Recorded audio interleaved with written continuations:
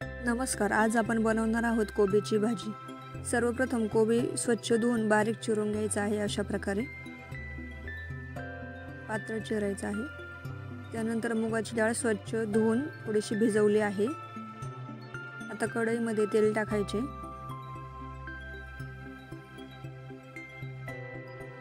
तेल तापले की त्यात जिरे आणि मोहरीची फोडणी द्यायची आहे.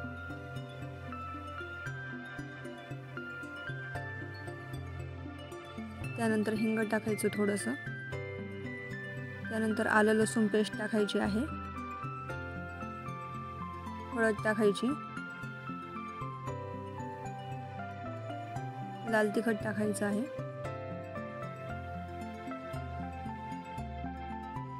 गरम मसाला, चिकन मसाला टाकायचा. सर्व मसाले तेलात व्यवस्थित परतून घ्यायचे.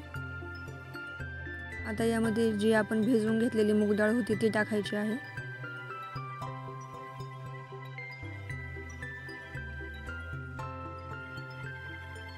या मसाल्यांमध्ये ती व्यवस्थित परतून घ्यायची, त्यामुळे पटकन शिजते. मिनिटभर डाळ परतून घ्यायची व्यवस्थित.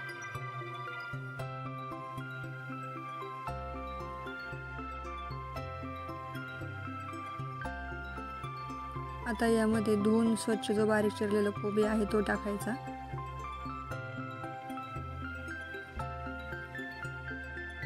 कोबी व्यवस्थित मिक्स करायचा मसाल्यामध्ये.